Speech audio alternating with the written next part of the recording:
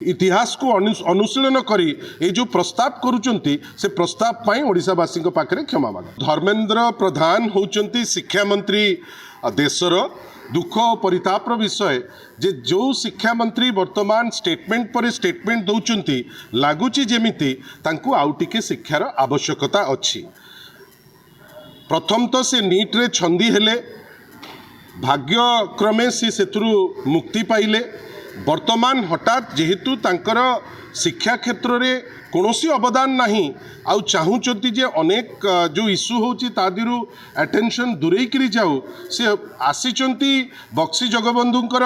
गोटे प्रतिमूर्ति उन्मोचन उत्सव को तांको लज्जा लगिला नहीं जे धर्मेंद्र प्रधान आज पर्यंत जो पाइक विद्रोह को लेकर प्रत्येक ओडिया गर्वित एवं जो पाइक विद्रोह प्रथम स्वाधीनता संग्राम ताकू लेकर थोई पार्लेनी दिल्ली रे कहीं सेठी तांकर प्रबल भय से पार्टी फिटई पारिबे नहीं। एठी आसिकिरी आपण हठात कहे रेवेन्सा को रंग बदलैबे रेवेन्सार ना बदलैबे। आमे खाली एतिकी भावुचु जे रेवेन्सार ना बदलैबा पाई जो से लिंक कले ओडिया अस्मिता से पढ़ी कि ना मु जाने ना किंतु सी जानिबा दरकार जे रेवेन्सा इटसेल्फ गोटे ओडिया अस्मिता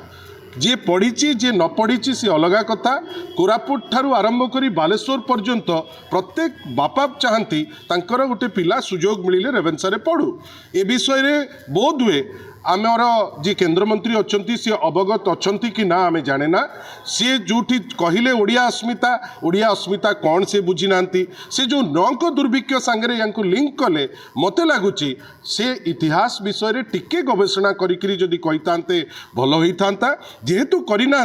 मते लगुच तत्व उपरे से न जाई ए जो निष्पत्ति नेबे बेली से भावुंट चर्चार ना मिछरे कहते व्यक्तिगत मत बेली मिछरे कहते टिके इतिहास को अनुशीलन करी ये जो प्रस्ताव करुचंती से प्रस्ताव पाई ओडिशावासी पाखे क्षमा माग।